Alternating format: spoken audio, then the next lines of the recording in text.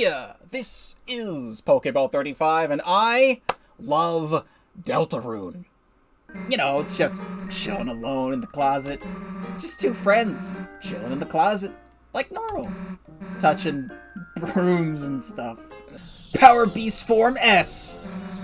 Move your arms and I'll move them with you. Let's go! Yo, teamwork. Incredible! Your transformation is combining all your weak points. Or, flourish under the warm bosom of my hellish reign. You had me at bosom. Bosom. Bosom? It means titty!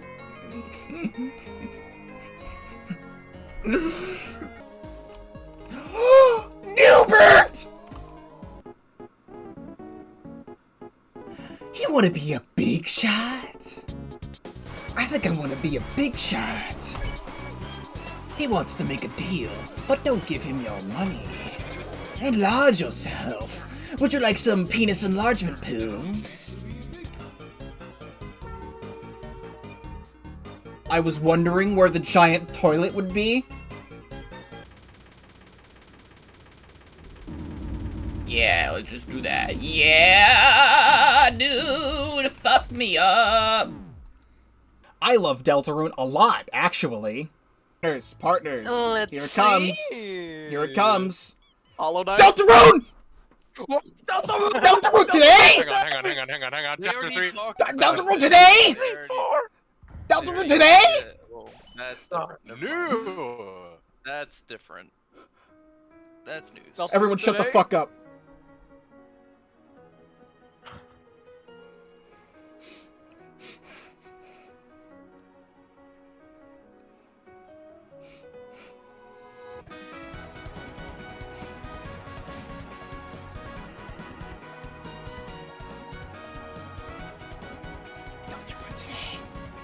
Deltarune today! Deltarune today! Deltarune today! Tenna! Oh my god! It's today! Deltarune today! Launch day Nintendo Switch! Hi, I'm Randy from Gearbox. Borderlands 4 are up. Oh, okay. Borderlands Hi, I'm Randy on Nintendo Switch 2. We go from Deltarune to Borderlands 4. This one's gonna... With the release of Deltarune Chapters 3 and 4 into the world, I have been over the moon excited to play them. I have been dying non-stop, day after day after day, theorizing, thinking about all the different characters in the game, and I really wanted to play everything so badly. And as you just saw, I was super excited for the release of 3 and 4. Now that I have played them, it has been a little over a month since the chapters have come out, and I have thoughts and opinions.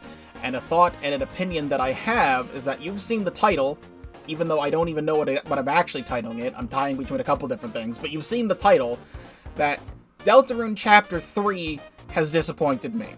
And it's disappointed me in a couple of different ways to make it my least favorite chapter out of the 4 that we have. And I'd like to explain myself. I've had an idea to make this video for a couple days now, because if I just say out in the world that I don't like Deltarune Chapter 3, there's gonna be people out there who are like, oh my god, how could you not like Deltarune Chapter 3? Chapter 3 was so peak! Didn't you see all the cool stuff in there? Didn't you see the Roaring Knight? The Roaring Knight showed up, isn't that freaking awesome? And like, yeah, I agree. I loved Chapter 3, actually. But you can also love something and also hate aspects about it as well. Like, there's a lot of things I do like about Chapter 3, but it's also my least favorite chapter out of the 4. So, this video is going to be me explaining myself and why I feel that way. Now, I don't typically make video essay type things. This is just something I'm doing because I was really inspired to do it, and when I'm inspired to do something, I have to do it, or it's going to be sitting in my brain, giving me a headache that I'm not getting this idea out. I make Let's Plays, so if you want to see Let's Plays of things, and you can also see my full blind playthrough of Chapter 3 and 4, it is on this channel. I'll link a playlist in the description of all of my Undertale and Deltarune videos, but I also stream all that stuff too, so you can follow me on Twitch at twitch.tv/Pokeball35, link in the description down below. So follow and subscribe and do all that stuff. But this video is going to be me explaining that, and this is definitely going to be a ramble, a cohesive ramble. I hate the concept of scripting. When I was back in high school, and we'd have to write, like, essays about things, even I think in, like, middle school, too, we were always told to, like, make a rough draft, and then make the final draft. But the rough draft is going to be the same as my final draft, because I already put all my ideas down, so I'm just writing the same thing twice. So I'm not going to write down every single thing that I want to talk about, because it's all in here. I want to talk about it because it's all in here. I don't need to write it down and then speak it out loud. So all of this is going to be all my thoughts on Chapter 3 specifically. I will be talking about other stuff in Deltarune, and obviously spoilers for all of Deltarune. If you've already made it a couple minutes into this video already, I've already talked about the Roaring Knight. Did you know the Roaring Knight shows up at the end of Deltarune Chapter 3? Because we'll get there. But the entire rest of this video is pretty much just going to be me talking over my own gameplay footage. I may have some other things on screen. I'm just having my face here to have an intro. So I love to listen to video essays and theories and podcasts and things while I'm working. So with all of those that I watch, I don't have to look at the screen to pay attention. I can just listen to it. So if you want to have this on in the background, however long this video is, you can do that too. So without further ado, here are my thoughts. Alright, so here is how this is going to work. I am going to comb through my own footage, so that way I can talk about everything that I want to talk about. I'm going to talk about everything related to Chapter 3, and I may also talk about a couple Chapter 4 things, and I also might bring some other stuff up as well as we continue to talk. I know everything that I watch in terms of, like, video essay, Deltarune related things, it's always, like, this big edited thing. However, I literally just, like, listen to them in the background most of the time. So again, you can listen to this in the background if you want. It's literally just going to be my own footage from my own Let's Play of the Deltarune chapters. So let us begin. I don't need to do anything super big and crazy edited. I'll put the music in the background, as you'll be hearing. But I don't need to, like, do a bunch of crazy things, because I like to be efficient, and this is efficient to me. So, Chapter 3, I enjoy the beginning of Chapter 3. We're not going to get to, like, all of the crazy things that I don't like about Chapter 3 right away, but there might be a couple. So, I do like Chapter 3 opens. We left off previously at the end of Chapter 2. The beginning of my video is, like, the last 15 minutes of the countdown, and then replaying the very end of Chapter 2 to lead into Chapter 3. But Chris and Susie wake up in a brand new dark world inside the Dreamer household, Chris's house. And I think, like, the whole background thing is meant to be, like, carpet, because they're checking it out. They're in the house like carpet. I do like the fact that the couch is, like, sentient here. I do like also the fact that the couch has a crown on it as a fun detail, because Asgore used to sleep on the couch all the time when the divorce was happening. So the couch is, like, I don't know, it's like a sleepy, depressed couch, and it's got a crown, which I think is amusing. We still don't know all of the context revolving Rousey, but Rousey shows up here. I could also let some footage play muted, and you can listen to the music. Rousey shows up here, because we still do not know what Rousey is at the moment, and how Rousey works. But he shows up, and he's quite literally in the dark world of Chris's house, which is insane. And I'm thinking to myself all the different ways that this all can be playing out, because I've seen so many different concepts for different things related to Chapter 3, and how Toriel is going to fit into the story. And we'll get to how Toriel fits into the story when Toriel starts fitting into the story, kinda. But the beginning of Chapter 3, I think, is interesting. Susie's trying to explain to Rousey, like, hey, you should come to the light world, or come to the festival tomorrow. I think it'd be really cool. And it's kind of like a miniature version of the intro to Chapter 1, where it's got, like, the little dangly guys on the sides, and you're solving, like, the timed puzzle thing where you have to step on the panels and stuff. And right away, Rousey starts giving, like, a big exposition dump about the concept of darkness. And I can let my own audio play. Chair! And the chair shows up, and I freak out about the chair. For years now, I have been listening and watching to I think every single possible Deltarune theory video that has ever been uploaded to YouTube in the last 4 years, I've probably watched or listened to. And the chair was related to the Spampton sweepstakes. It was teased in the Spampton sweepstakes. And then this happens. Amalgamate. Cool amalgamate. We start to see things again. Bro, this looks like Ribbit. This looks like straight out of Ribbit. Also, shoutouts to Ribbit. Hear them. Ah! Get the fuck out of here! Stop that! And then Image Friend appears, and I'm freaking out about that. And I think this whole explanation of Darkners is very interesting. Rousey literally explains that Dark Worlds are darker than dark. And we've known about the term darker than dark for 10 years because of Gassler's entry number 17 in Undertale, talking about photon readings negative and stuff. We pretty much now have full confirmation that Gaster was experimenting on Dark Worlds in Undertale. If the entry stuff in Undertale is meant to be believed by Gaster, that he's quite literally researching Dark Worlds. And I still don't know if we have any confirmation on if Gaster for Deltarune is the Undertale Gaster. Like, if one Gaster gets shattered across time and space, does that take Gaster out of every single possible timeline and, like, completely shatter him? Is it, like, some, like, Homestuck Ultimate Self kind of thing? Where, like, you kill yourself over all timelines and you'll become one omniscient being? Which this was definitely made before the concept of that was done in Homestuck. But, you know, I think Rousey's explanation of Darkners is really interesting. We've kind of known most of this, but this is all an explanation for Susie on how Darkners work.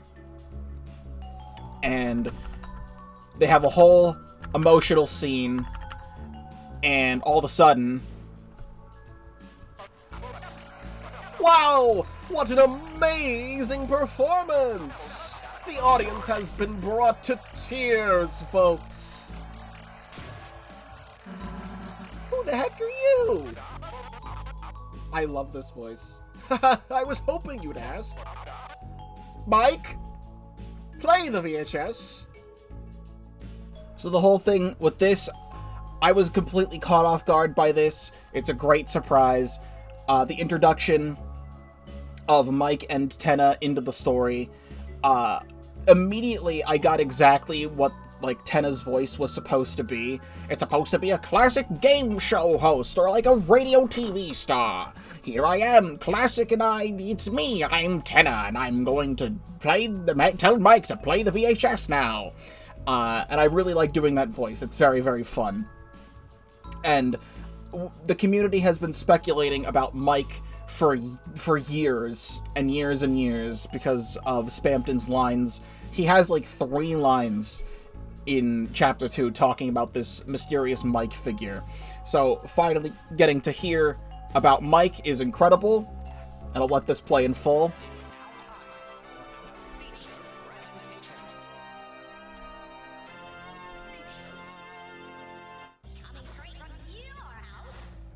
Am I playing, like, the Stanley Parable right now?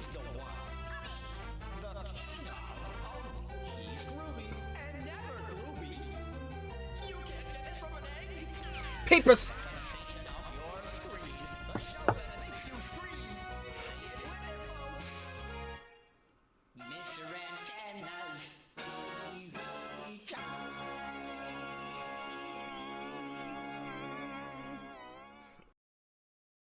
So, again, just completely out of nowhere. It's like 5 minutes into the chapter. I mean, this had been going on for like 20 minutes, because it's been 20 minutes of me talking and starting the chapter. But, you know, big lore dump fantastic. And then all of a sudden, he's groovy and never glooby. Can you believe that this guy's never glooby? And Tenna here, I have been speculating for years on who Tenna is gonna be. Is he gonna, like, is he actually the TV? Or is that Mike? Is Mike the TV? Or is, who is the TV? Because the TV will skip back a bit. The very, very end of Chapter 2, the last thing we possibly see of Chapter 2, if I can get to it. The last thing we see of Chapter 2, The door open. Chris makes the dark fountain, and we see this big creepy smile. And this creepy smile, again, kept me intrigued for years on, like, if Tenna is the television here, why is this creepy smile happening? What's going on with all that? So getting the confirmation of Tenna right here was fantastic. I'm like theory crafting in my brain as it's happening, right? And then it transitions out of that. Well,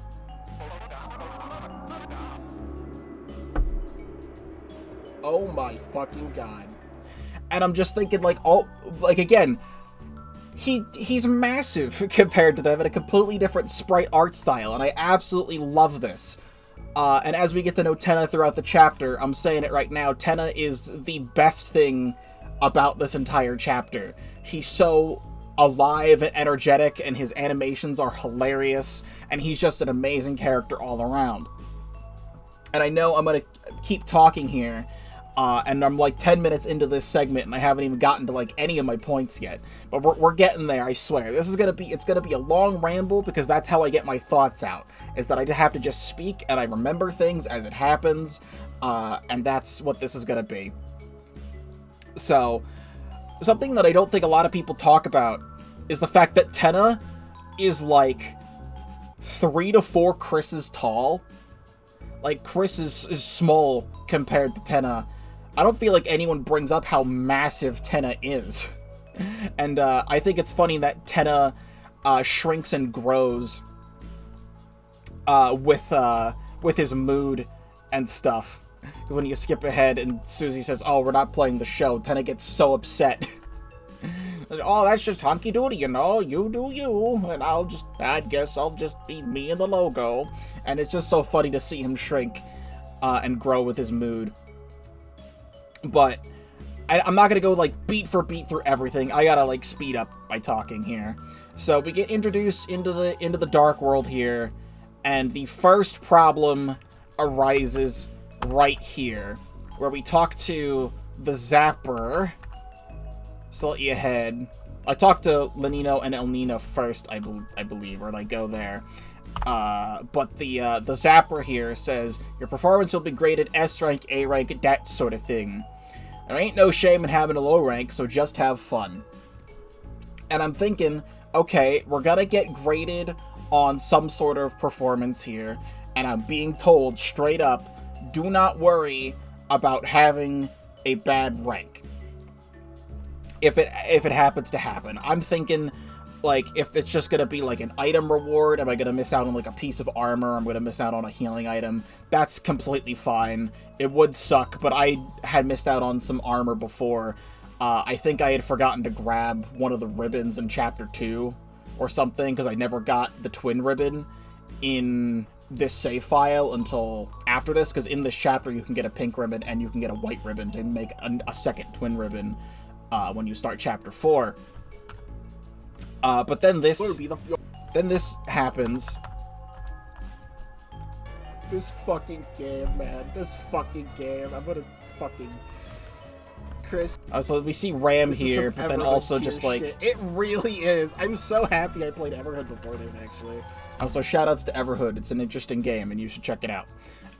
But I think Tenna's dance is absolutely hilarious. Big star of the show here. Rules card shows up.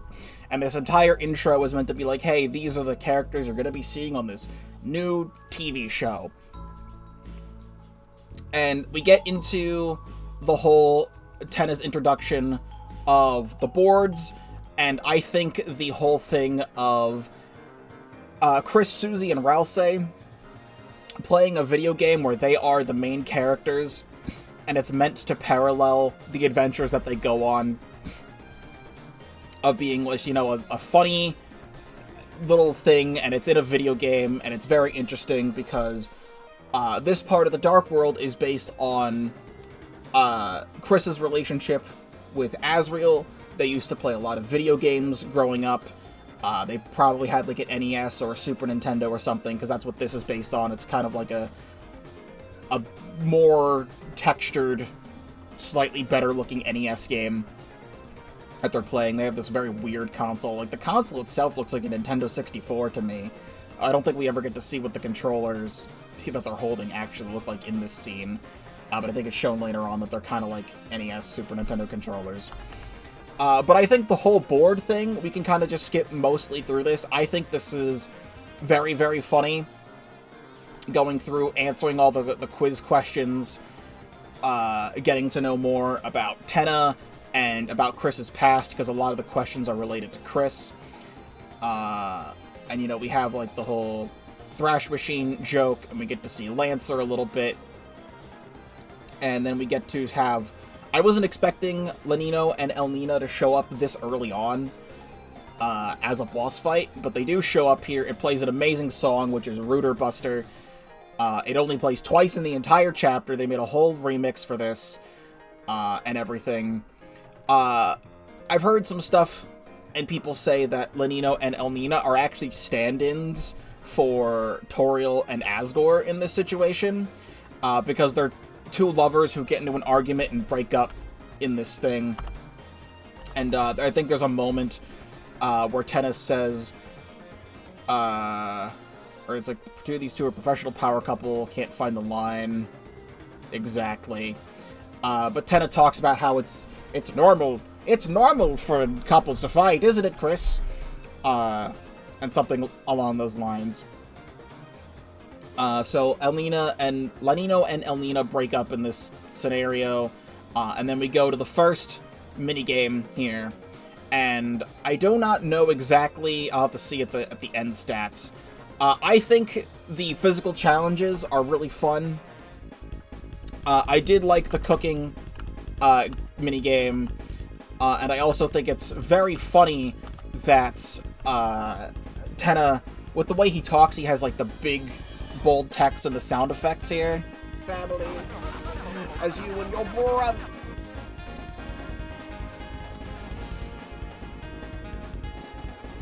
As you and your brother pretended the chefs were bulging... I say bulging and then bungling, because I'm also slightly dyslexic when it comes to reading, but I swear I read everything.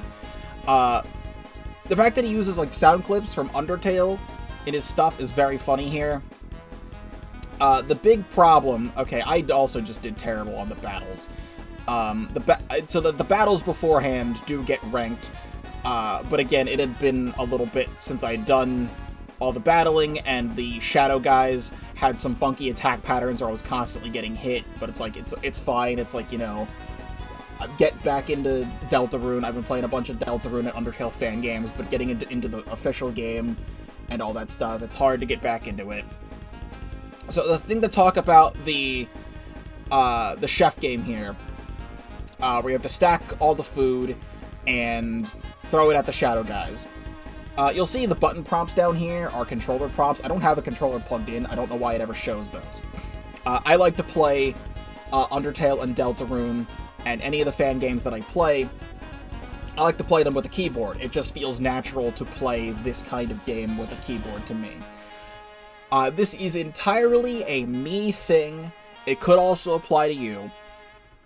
There's some games that I play with a keyboard and mouse, though, and there's some games that I play with a controller. And the two examples that I give are The Binding of Isaac and Enter the Gungeon, are two amazing roguelike games that I've played many, many hours of. Gungeon I didn't play, like, I mean, I've played, like, all of Gungeon, but I've literally put, like, 1,000 hours into The Binding of Isaac. And The Binding of Isaac, if you haven't played it before, haven't seen it before, quick summary, it's like a top-down Zelda game, so it's very similar to, you know, how the board is. But it's like it's a randomly generated dungeons, and it's kind of like a bullet hell. All of the enemies shoot bullets at you, and you have to dodge them, and a lot of the late game bosses are also very bullet hell based. and then Enter the Gungeon as well. That is literally like a bullet hell roguelike. It's meant to be a bullet hell, where you are literally have like hundreds and hundreds of different guns, and the enemies you fight in the game are bullets. But the way that game controls, it's like twin stick, so it's a lot easier for me to move around with the arrow keys and shoot and aim and stuff with the mouse.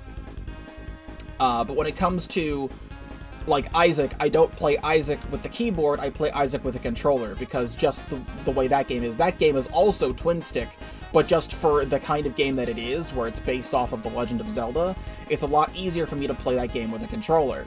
If I try to play Isaac with a keyboard, you have to move around with the WASD keys, but then shoot with the arrow keys, and that just does not work in my brain.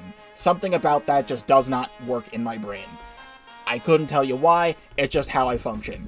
So trying to play this minigame here, I am, trying to move back and forth with Chris, but the button prompts down here are not showing the regular thing, it's showing like button prompts and not keyboard button prompts, and I don't have a controller plugged in, so I don't know why it's showing that. So in my brain, I'm getting confused here, I'm forgetting what button is jump and what button is throw in this scenario, so I keep like losing a bunch of points and like getting hit and stuff, but I'm not caring about my rank because the game told me not to care about my rank. I'm just getting through it. Even Toby Fox had said with a later on minigame that was shown off in the trailer, which is the rhythm game, he says don't worry if you don't I don't even remember exactly what he says, but he says something along the lines of don't worry if you don't get it first try, keep trying and trying again and you'll eventually get there. So it's like, that's fine. And then we get to the score. I was looking at... What was I looking at in terms of the score? I think I was looking at the score... No, literally, what was the score that I was looking at before? I saw Z's here, but I guess it wasn't Z's. No, I guess I did okay on the battles, because I have an A, and B in the battles, so it gives me an overall A rank, and points gained. I got an S rank for that. And then the chef score was like a little bit bad, because I couldn't mess with the stuff properly. I even got the extra bonus points, and it gives me an A rank. I'm like, okay. I'm thinking to myself, okay, A rank is fine. Like, I'm not gonna get S rank first try. You do learn later on that T rank is like a secret rank. But then we get introduced to the green room, which was shown off in the Spampton Sweepstakes stuff from a couple years back. And I'm enjoying exploring the thing here. We get to talk to Ram, who has interesting lore about all the different Darkners that we've seen before. Ram even talks about King, Queen, and Spampton, and Tenna. It seems like Chris and Noelle used to play a bunch, and they'd rent out like the library's laptop, and they'd bring it back to like Chris's house or something. And I guess Spampton maybe even exists, because Spampton is like the personification of spam emails, so maybe there's even like spam emails on the laptop or something if you're like logged into someone's account, so maybe like Spampton even came with Queen or something like that. But I do like the lore here. Like it's like Queen and King and Tenna and Spampton and Jevil are like all in one place here, and it's very interesting to talk about here. Also, just a quick aside, I literally do not even react at all to the water cooler. Like, I think I'm like, oh, we're gonna... That's where this plays. I'm thinking about the water cooler. I was like, oh, I'm in a battle with the water cooler, but I'm not, like, freaking out. I've seen so many other people walk into this room and see the water cooler, and then they interact with the water cooler, and they're like, what? Oh my god, water cooler! We're fighting the water cooler! It's like, chill out. Like, chill out. It's like a surprise, but you don't need to be like that. I was also commenting on the music, because this was also in the Spampton Sweepstakes stuff. I don't think the water cooler's that hard of a fight. Like, a lot of people, like, freak out over these attacks, this, like, impregnation attack, or whatever this is supposed to be. It's not even that hard. Like, yeah, I'll get hit on occasion, but, like, I wasn't thinking about if the fight was hard or not. I was thinking about just dodging the bullets, because I knew this wasn't going to last very long, and there's a save point 2 rooms to the south to heal up. I really was not concerned about my HP at all. I'm seeing by the end of this fight, I think I get hit maybe like 6 or 7 times total, and like it only takes like Chris and Susie down to like below half, and Rousey just like a little bit. Like it's not even that big of a deal. Like I've seen like fan art of like the water cooler being like the end all be all of like this is like the hardest fight in the entire game, when it's really just like it's just a funny gag thing. But I see the gumball machine, because this was also shown off in the Spampton sweepstakes. And it's like, oh, you just get a whole bunch of random different items from here. And I do get into the A rank room here, and we do get to replay the chef mini game. But I spent all my points in the gumball machine, so I don't actually get to do Susie Zilla right away. But I did replay the cooking game here. And what did I end up getting on the cooking game on my second try? Oh, I got a C rank because I was stupid. So, like, ignore that. I don't get to go into the S rank room, because I don't have S rank. The next issue is that you are not introduced to the green room until after the first board. If you went to the green room first, and you were able to take a look around of like, hey, here's where we're going to be when we're done with the board, take a load off and relax, I would have been able to save the game beforehand, and if I did the whole board and I got a low rank, I would have probably just reloaded my save. It maybe would have taken like 5 minutes to get all the way back through, and then I would be like, oh, if I don't have an S rank, I can reload, and I can go try and get an S rank again to see what's behind this door, because I want to get behind the S rank door. I don't know what's behind the S rank door, because I haven't been back there yet. There is a Pippin's over here. I don't know if it's Pippin singular or Pippin's singular, but I have no points because I spent it all, because I came here last. You also get to see more of the creepy smile, which I'll talk about more later. But you can spend 1,500 points to get to buy an S rank here. Next problem with the chapter is I feel like this guy should have been in the green room and one of the first people that you talk to. Or like maybe like right outside the S rank room and being like, hey, if you don't have S rank, you can buy it from me, or something. That would have been one of the first people that I would have talked to and be like, oh, I could save my points to buy the S rank if I don't have enough. Because I think actually, no. So yeah, to my understanding, you need like 1,500 points and good scores to get an S rank anyway. So I don't even know why this guy is here. The only way you're gonna, to my understanding, I could be wrong, the only way you're getting to buy this S rank is that you have to play bad on purpose and take a lot of time, because Susie gets like the power croissant, which allows her to pick up all the plants and stuff, and you just farm all the plants until you have 1,500 points to be able to buy this. I have looked up what this does, and it puts a funny gamer S thing on the back of Chris's head and allows you to get into the S rank room. But if this was one of the first NPCs that you talk to in the room, I would have talked to them first and known about the points thing, and I would have been able to buy it if I could sell stuff. The thing is, I had like 1,300-ish points going into the room. You don't unlock the ability, to my understanding, I could be missing something, you don't unlock the ability to buy, or like you sell your items for points, or sell your dark dollars for points. That's in the S rank room. You can't get that until you're already in the S rank room to begin with. So this guy is like literally practically useless, and all of the Let's Plays that I've seen from other people playing the game have never done this Pippins before.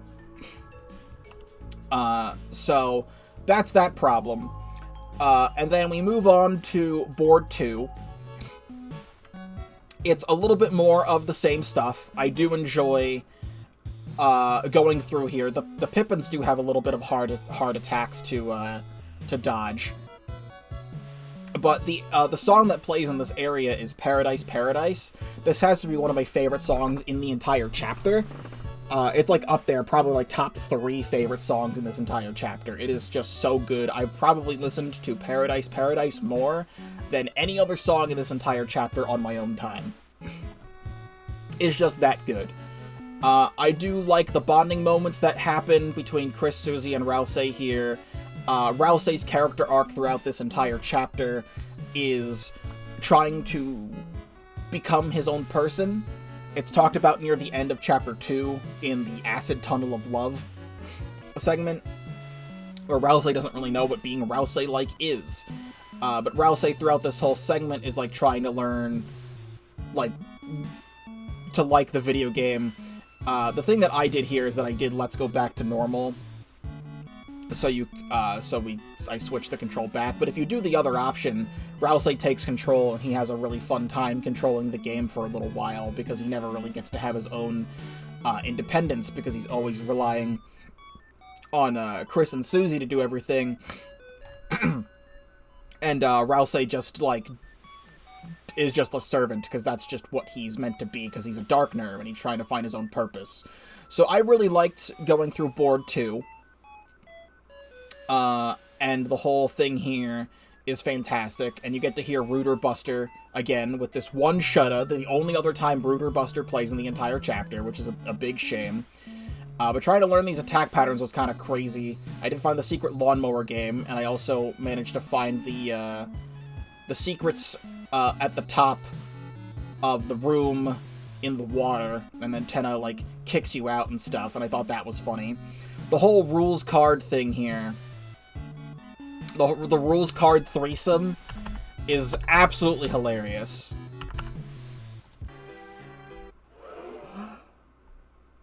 What a scandal! So, it must be the X.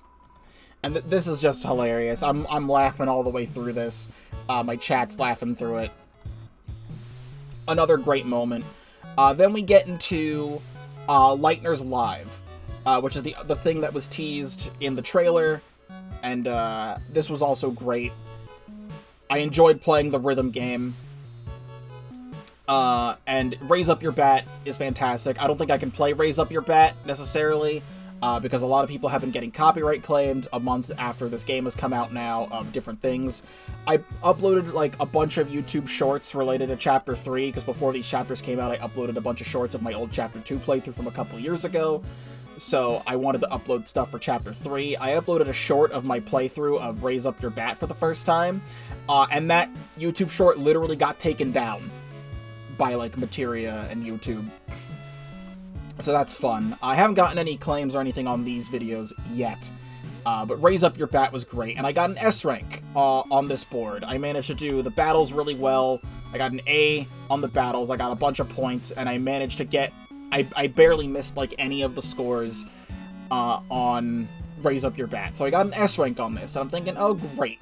That's fantastic, I get to go into the S rank room. So I talked to all the characters in the green room again, and I talked to Ram, and I finally... Or I do the S rank room later. I go into the back door thing first, fighting the Zapper person, and I get to go into this area. And the song that plays here is also another one of my favorite songs in the entire chapter, Glowing Snow, with all the TV static and stuff back here. I think this is also very great. It's related more to Chris, and Des gets mentioned during Raise Up Your Bat, and there's a whole thing with you in the dark with your heart as my mark and all that stuff, and guitars and things in December Holiday. And there's a lot of interesting lore and world building here. And then I go outside and I'm really confused of, like, where the heck do I need to be going right now?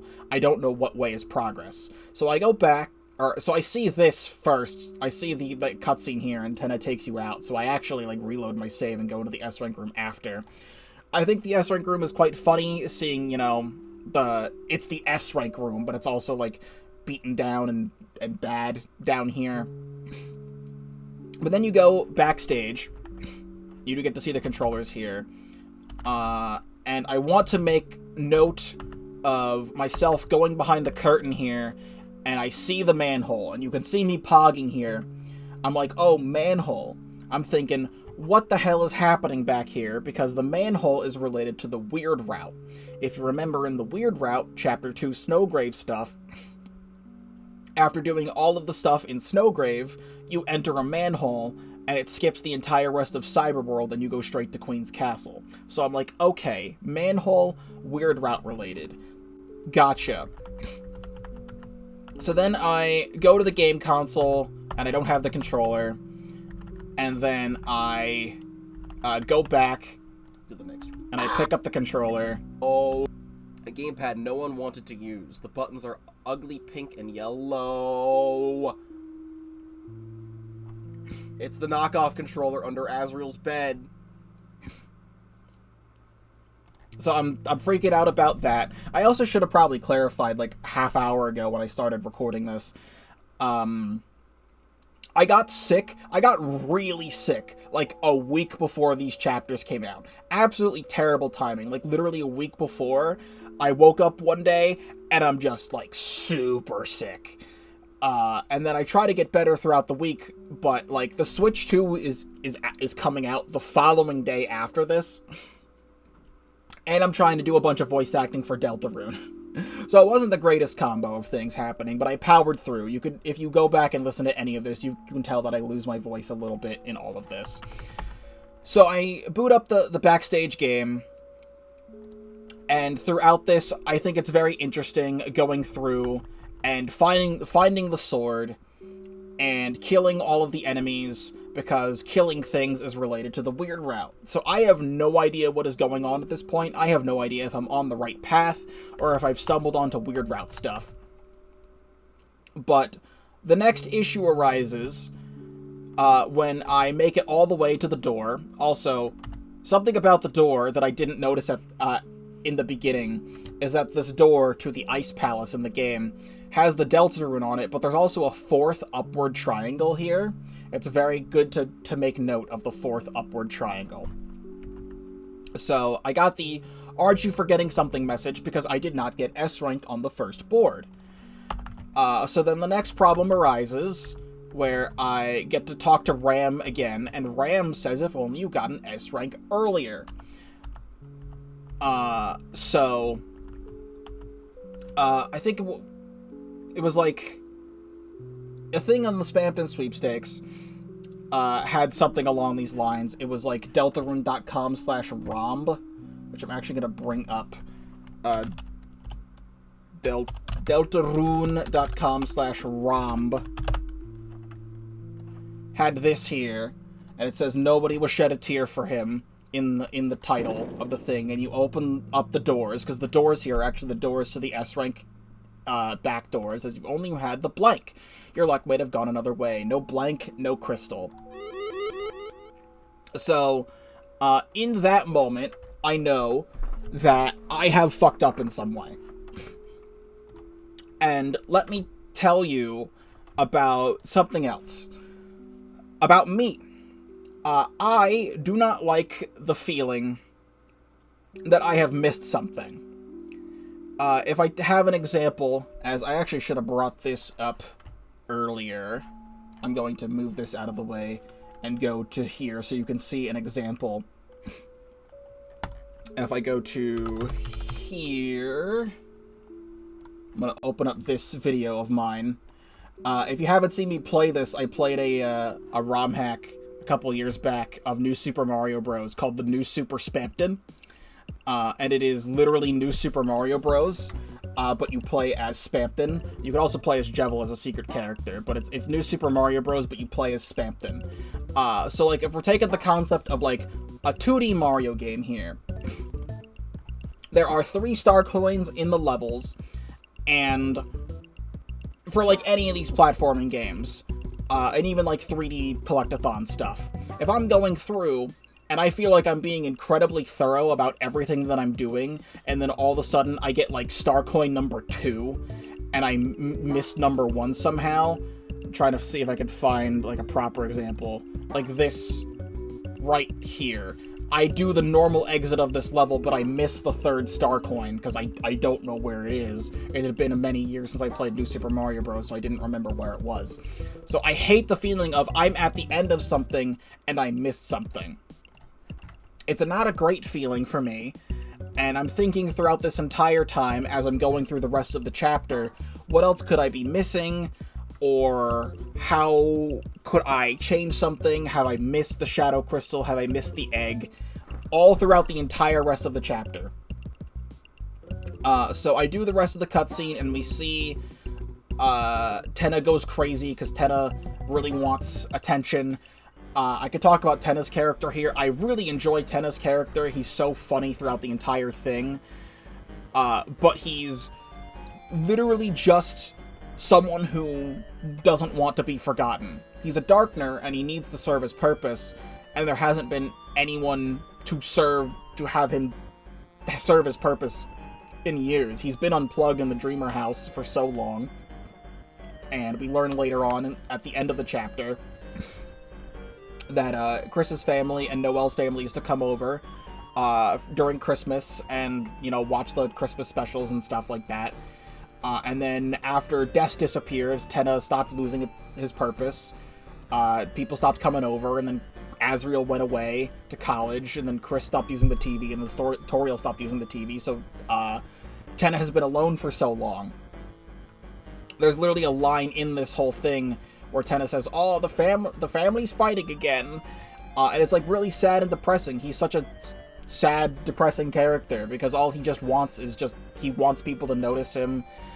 He wants to not have abandonment issues, like, you know, same. I sympathize with Tenna there. And he's like going crazy here. And then we escape. And I think this area is like backstage of like the main stage of the TV time area, and we escape back here. And now I've been talking praises and things for a little bit, but I do not like the fact that it is possible to not be able to get S rank on the first board. Or you should have gone to the green room first to be able to know that you have to work towards something. So then the TV world, the actual TV world, Dark World, begins here. And here is something that I can talk about throughout the TV world, Dark World, is we do get to see cowboy stuff. Cowboy stuff does get mentioned in a secret cutscene that I didn't get here, but there's a cutscene where you can have Chris talk to Tenna alone, and Tenna talks about how Asgore used to have a cowboy show that he would watch with Chris. So that's why cowboy stuff shows up here. A thing I can actually bring up that I forgot to earlier is Deltarune Chapter 3, 3rd board. In the game files, I think I can pull up this. In the game files, there is a completely unused 3rd board segment. I have this video uploaded by Jackie here. There's a completely unused 3rd board. The thing about the unused 3rd board is that I feel like it should have been in the game, because we just go straight from finishing the 2nd board and then walking and stumbling into the back room with Toriel, and then it just cuts to here of like the characters being like, no, we're not going to do the 3rd board. The 3rd board is actually excellent. I genuinely love the unused 3rd board. It's super shit on purpose. You go into this city area that you get to see later on in the other secrets, but you get to fight here, and the city is very shoddily put together. It's not that big. It's definitely based on Cyber City from Chapter 2 a little bit, but also you get to see like shitty reused assets of like trying to conserve the budget. There's like a random like desert segment inside the board. And like Tenna's blocking some stuff off. And then there's also some questions here in some unused quizzes. What's Asgore's favorite show? The cowboy show. This would have been mentioned after Tenna had already talked about the cowboy show to Chris. And then you find out it's canceled. And then you find out Friend Inside Me was real the whole time. And I think that's some fun extra context there. And you get to see like reuse like beach assets and stuff. Because Tenna is just trying to throw stuff together for Chris, Susie, and Rousey to keep them entertained, because he does not want to have them let go. Like, this entire 3rd board segment is only 10 minutes long, they could have easily left it in the game, but then you go inside here, you get to see a little mini version of the stage, where they just were. But then you have, like, the 2 cues you get to open up this door. So I'll even voice act this for you. There it is, the door to the stairs. Wait, why does the door only have 2 cues on it? Not more quizzes. 2 cues, what the? It shouldn't look like that. Mike, the door, please. We need 20 cues to open this door, folks. 20 cues? That's right, as we speak, 20 more areas have been unlocked in TVopolis. Backtrack and conquer each district's quiz, and then you'll unlock the stairs, allowing you to finally hunt down the elevator key card, on which of the TV tower's 100 floors could it be? All your... I have to slow it down because he goes really fast. All your favorite TV programs, all your favorite tools. You kids are gonna love the VHS floor. The wood paneled car tournament. The powdered drinks, new powdered drinks. The unused lawnmower puzzles. And don't adjust your set yet because we're... And then Susie throws the yogurt she got from the first board onto the controller. And she goes, oops, huh? Yogurt got on my controller. What emergency? Stop the cameras! Commercial break! Commercial break! You kids get to the green room and wipe that down right now! Everyone hurry, take your controllers, they could be contaminated! And that would be the excuse to go back to the green room while Tenna is busy, so that you could snoop around and then find Toriel, and then maybe he'd be like, oh, we're gonna keep going until you like it, and then the TV World segment, like the TV World, Dark World part, actually begins. I genuinely think the game would be better if the third board was in the game, but Toby cut it for some reason. So, I can skip through most of the TV World here, because my next complaint is that TV World is so incredibly uninteresting. It is the exact same TV set rooms the entire time. It is these red hallways with, like, the fancy, like, bowling alley carpets, and you see all of these TVs, and it's got, like, Pippins with poker, you see Lenino and Elnina, there's some other ones where you can see Toriel, and some where you can see Asgore, and then these, like, weird kissing ones. And that is the entire Dark World from here on out. It is just completely linear hallways, some branching paths to play some more mini-games, or not even mini-games, just like stuff with the controllers to like get a couple extra items here. And you get to see Tenna freaking out a little bit more of like, please catch the lighteners, god damn it, catch the goddamn lighteners. And then the other half of the rooms, when it's not just the same exact TV rooms with different hallways copy-pasted, it's these, like, dull, bland back rooms, wooden panel rooms. What I do think is funny is that you get to see the other sets that you were on. I didn't get to see this one because I didn't get to do Susie Zilla. Here, I do Susie Zilla later on. But then, like, for, like, rooms upon rooms, it's just these bland, brown rooms. And I think all of these other darkeners are meant to be, like, everything else trapped in the couch or something. But, like, I find TV Worlds just to be completely uninteresting. And I'm in here for, like, half an hour or something. What is this? I start at 3:50.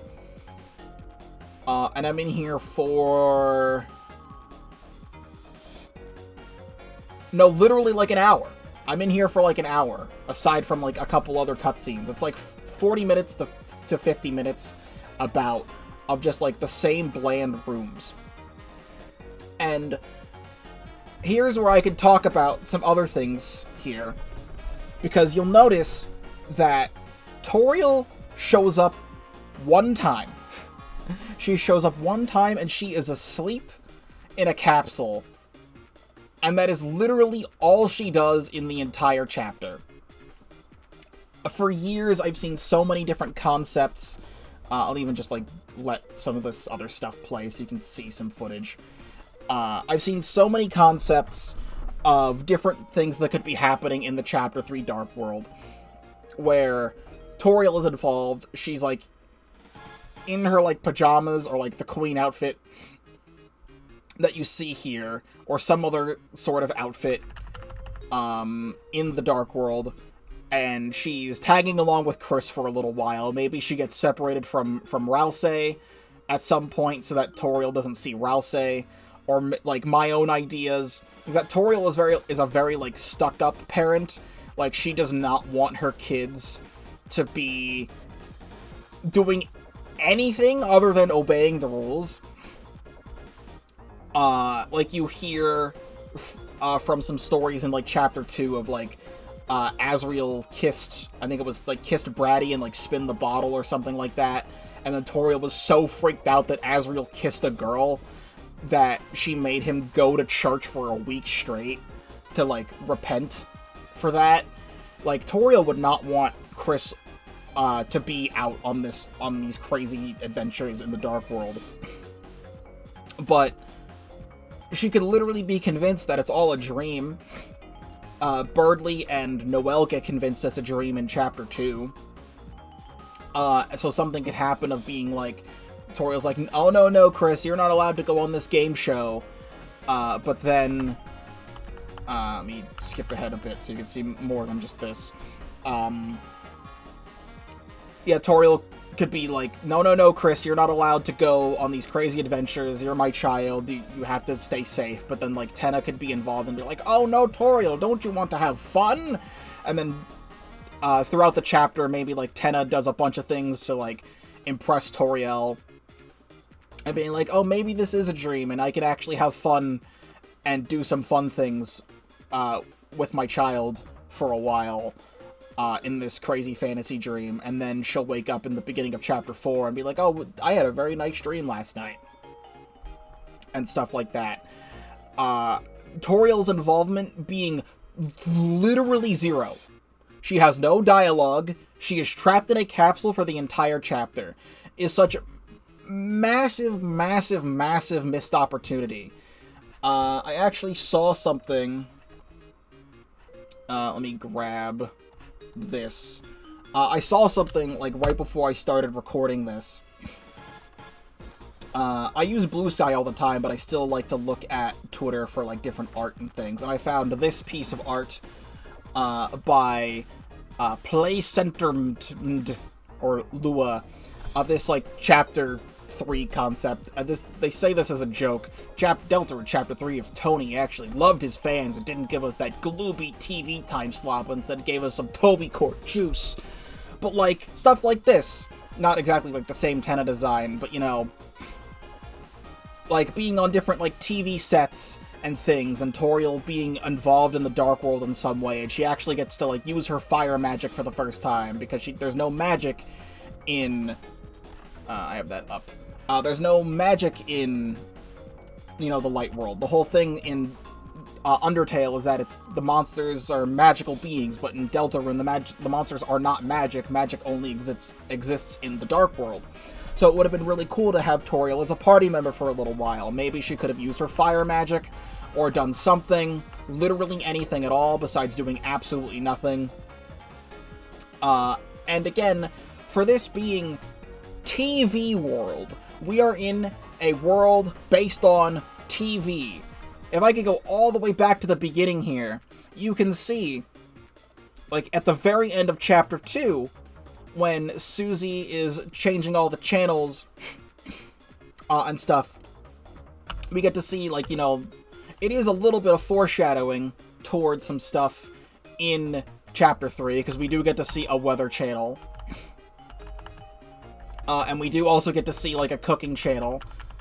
And we do also get to see, like, the TV monster movies. And all of these things actually do appear in Chapter 3, except whatever was on the TV is not real. Like, the cooking cat here never shows up at all.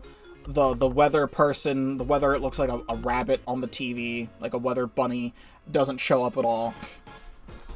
gets completely replaced by La Nina and El Nino, and the cooking thing is one of the mini-games in Chapter 3. And then the monster movie stuff was also a mini-game. It's an optional mini-game that I missed the first time around.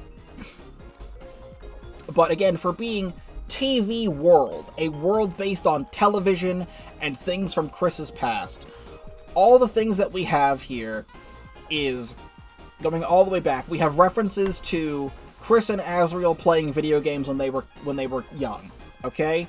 We have the video games thing covered. It's like half of the entire chapter is like playing video games. Then we have the cooking show, because the cooking show is related to Toriel, and Teta talks about how Toriel used to watch a bunch of cooking shows, and Chris and Azriel would like make fun of the people on the cooking shows, and that's a fun, wholesome moment. And then we play more video games, and then we have the Rock Band segment, which is related to December. So we have a little bit of like foreshadowing toward more December holiday lore and stuff, and how Chris used to hang out with Noelle and Des. And Tenna even mentions December by name, and like that's that. And then that's it. You know? Like, couldn't we have had like literally anything else? There could have been, or I guess like the 2 minutes of mildly entertaining shootout action, as Blue Bubble Rodeo talks about in the Spampton Sweepstakes stuff, because there was even more cowboy stuff from this chapter that got cut. So, you know, like literally anything else, like at all. There could have been like more TV tropes of things. There could have been maybe like some sort of like, I don't know, like anything else. Like different TV shows. You know, like, I can't even really think of like too many examples of maybe there could have been something like wrestling, like a wrestling show, or like a detective show, like referenced, or like literally any other TV tropes out there of just anything at all. It is so incredibly disappointing to me that for a world called TV World, there is nothing TV related in TV World. You have some like very minor segments, and then the entirety of the TV World Dark World that you explore is like the carpets again remind me of like bowling alleys. Like if you've ever been to like a bowling alley before, like a fancy one, it'll have like this fancy carpet. Or like arcades. It's like arcades as well, which could be more related to the video game stuff in the chapter. It's the same red carpet with the bowling alley arcade fancy looking carpet the entire time, and then it's just dull, bland, brown rooms. The best part about this entire thing is this whole segment where Spampton shows up, because I never would have expected at all in my entire life for Spampton to show up again. I thought all of the secret boss stuff so far would be like a one and done deal of like Jevil showed up, we saw Jevil, Jevil's gone. We saw Spampton, we fought Spampton, Spampton's gone. You know, it's the Jevil's tail, it's the Jevil's tail, it's the deal maker glasses, or if you fought them, it'd be the Devil's knife and the puppet scarf. I never would have expected Spampton to show up again. Mama. How the what the mama mia, ho mama mia, ho the hecka mama mia, hey mama ho the wall the mama hecka mama what the mama mia, what the hecka mama, ho the mama, hey mama. How the what the mama heck the hold the what the mama heck the heck the what's the heck the mama, what's the heck the hey the mama the heck the mama mia, what's the heck the mama heck the mama mia mama what the heck is that thing? Some kind of rat? Some kind of creature? Don't you recognize? Stay away from her, you fiend!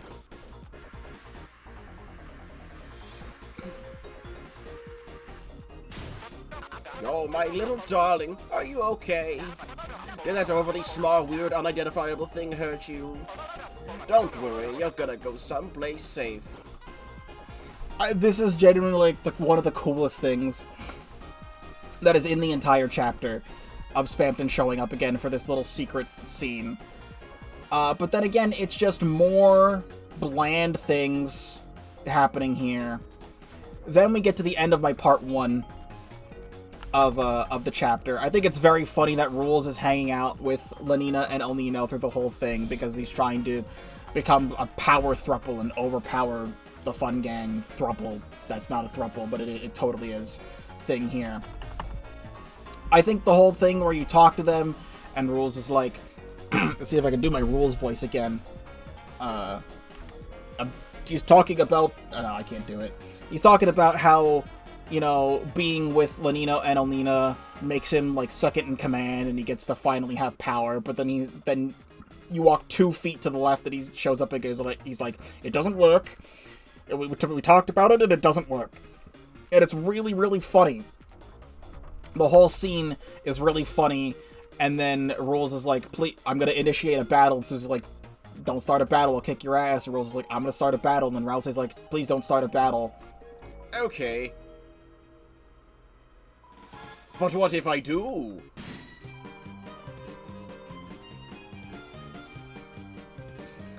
I must defeat it now so my TV guy recognizes my glory. You can see me lower my head there because I'm kind of lowering it in, like, disappointment. Like, yeah, Rules card was a joke character in Chapter 1. You don't even get to fight Rules in Chapter 1. It's, against, K-Round. And it's really, really funny. But then you actually go in Chapter 2, and Rules actually has a fight in Chapter 2. And you fight Rules on the ship, and I think it's really funny that Rules comes back, and you actually have, like, a proper, like, fake fight, with Rules. But then the fact that Rules shows up here, and you do another fight with Rules 3 chapters in a row, it's like, come on, you're kind of just dragging it out at this point. I'm in this fight for like 10 minutes. You know, reading the dialogue and dodging the bullets and things. I'm in this fight for like 10 whole minutes. And it's just like, I'm thinking to myself, as I'm going, I'm literally thinking as I'm going through the rest of this, I'm not having a very entertaining time going through this TV world. I think the areas are kind of boring. And the locations are boring. And then I'm fighting Rules card again.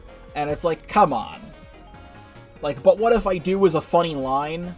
But a way this could have been is the Rule says, but what if I do? And then the battle initiates. And then, like, Susie's like, screw this. We're not doing this again. And then maybe, like, chases Rules out of the room and the battle instantly ends. Or something. Like, the entirety of this fight is meant to be that Rules summons Lanino and Elnina to the battle at the very end, but then you recruit the enemies to your side, and then they reconcile or whatever, and they're like, oh, we're actually a couple again, and then Rules takes his leave. Literally, what could have happened is, like, again, Rules could have said, but what if I do? Maybe the battle doesn't even initiate. And, like, Susie or Rousey does something to, like, excuse Rules card out of the room and save you 10 minutes of time. And then Lanino and Elnina could have been like, oh, Rules is gone. And then they actually have, like, a heart-to-heart talk in the moment now that Rules is out of the picture. And they can reconcile that way. That would have been a better scene to me. I don't really like this last portion here.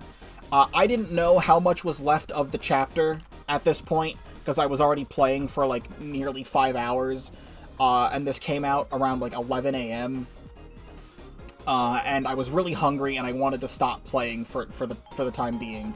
So, right after this fight, I saved the game, I did my outro, I went and had some dinner, took a little bit of a rest, and then came back to it for part 2. So, part 2, I literally I did not know at all what would be left in the chapter. So, we go back, and Tenna is freaking out that all of his other Darkters are leaving him because we have them recruited to our side. Tenna's being a bad boss. Tenna's losing his mind. He doesn't want to be forgotten. It's like a whole part of his character and stuff like that, and I really like that. And even Mike is disappearing here. And then I go into the green room again, and it starts doing glowing snow, and I really, really like this area. It's very sad that Ram turns to stone. And I could not go into the thing again, like the A-rank room to see Susie Zilla, so I did that right here. I reloaded a previous save to go see Susie Zilla before progressing with the story here, so I could actually play that. But I cannot go into the S rank room and do stuff there because I can't do anything anymore. Like, it's impossible to go back. Before, even, when I was complaining about, oh, I missed the thing, and I went into the S rank room, and it's like, no whatever, no crystal, no Shadow Mantle. It's, I cannot go back. Like, I literally have to restart the chapter, because I always save the game, and I save the game on a new save slot every time, but you only have 3 save slots. So I'm overwriting my previous save, and I had already overwritten that save of going back. So I literally could not go back without restarting the chapter. So I say in this moment before going to see Tenna that I'm just going to keep going with the rest of the story and see where it goes. I don't know where the Shadow Crystal is. I don't know where the egg is. I'll get it after I beat the chapter, however long there is left. So we get the exposition here of Tenna and Noelle and Chris and stuff. And Tenna's fight here is fantastic. An amazing boss fight. And here's the other thing. This is the only time in the chapter the creepy smile is relevant. Because it's related to Tenna here in his battle animation. You know, shaking back and forth, and he looks down and he has the creepy smile. So then what was the creepy smile even for? Like, it's foreshadowed at the very, very end of Chapter 2, and it has absolutely no relevance to the game at all. You see it in some decorations around the green room and the surrounding room, but, like, I don't even know why it's there. You see it in some of the other areas in the TV world, Dark World. I don't know why it's there. Like, this creepy smile for 4 years led me to believe that Tenna was an evil character of some kind. If the TV's coming to life in the Dark World, and it's having this big creepy smile, it's making me think that it's something important. But then I'm pleasantly surprised when I start Chapter 3 and, like, Tenna's this really nice character. And he's nothing like I would have imagined. And I love Tenna. He's my favorite character in the entire chapter. So then, like, what the hell's the point of the creepy smile? It literally had 0 significance the entire time. You see it at the very end, during his battle animation, during his boss fight. Congratulations. I do like this fight. It's very WarioWare-esque, and I love me some WarioWare. I'm a big WarioWare fan, where you have to do you have to go back and play these mini-games for a brief micro-game period to gain points to do Tenna's thing. And then I go through the Tenna fight, and I really enjoy the Tenna fight, and Susie has exposition about her past that I think is very interesting, on how she was like really upset, and Toriel took her to the diner and told her everything was going to be okay, and it's very cute and interesting. And then I cut most of this at the end out here because nothing happens. I literally spent another like 20 minutes going back through the entirety of the Dark World, trying to figure out where the egg I missed is, how I would have missed the Shadow Crystal and stuff like that. And then the very end of the chapter happens.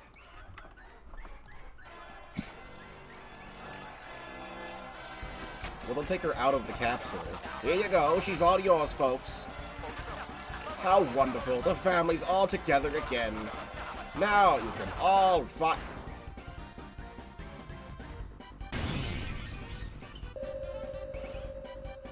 Kill your TV with a battering ram?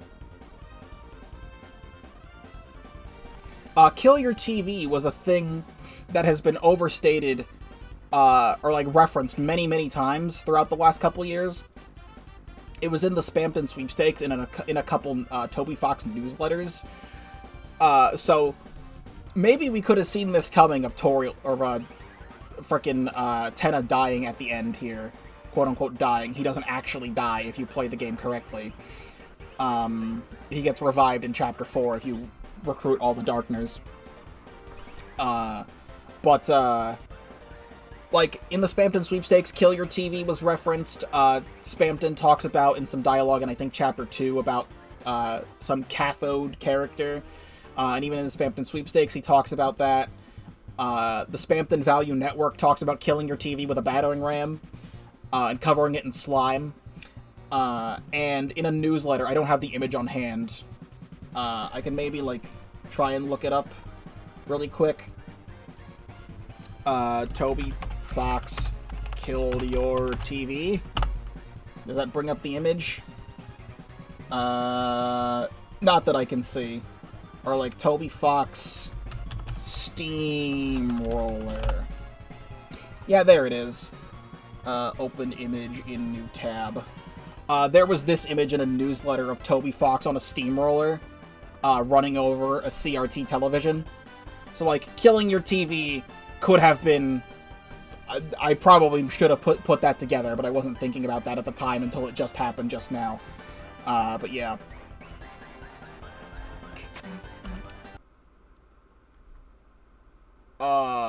Mike? And going back to this in retrospect is very funny. In this instance, beforehand, Tenna had all of the other Darkners leave him, and with Mike also leaving, this mysterious Mike character also leaving, I thought in this moment that Mike was so incredibly fed up with Tenna's shit of being, like, you know, the backstage lackey and doing all this stuff, that Mike would have come out of the woodwork and, like, assassinated Tenna from the shadows, and Mike would have been, like, the true final boss of the chapter. Little did I know... Hold on. Mike.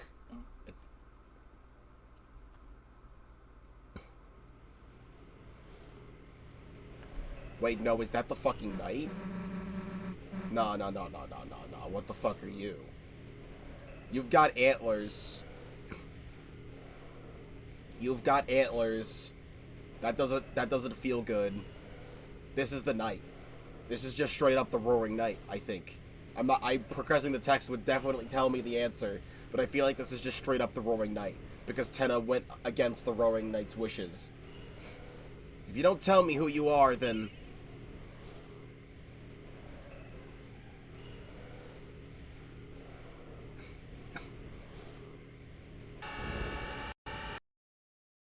I do... That knight do be roaring, I think.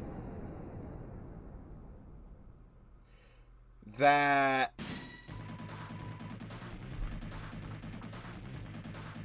What the fuck?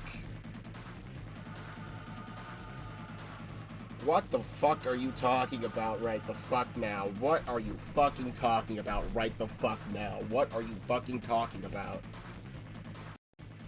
So, I don't think anybody predicted, not that I saw, of the roaring goddamn knight showing up at the end of Chapter 3. I think this whole sequence, conceptually, of just purely lore-wise, in the story, the roaring knight showing up here, out of nowhere, is insane. Like, we are getting the main antagonist of the game showing up to cause havoc.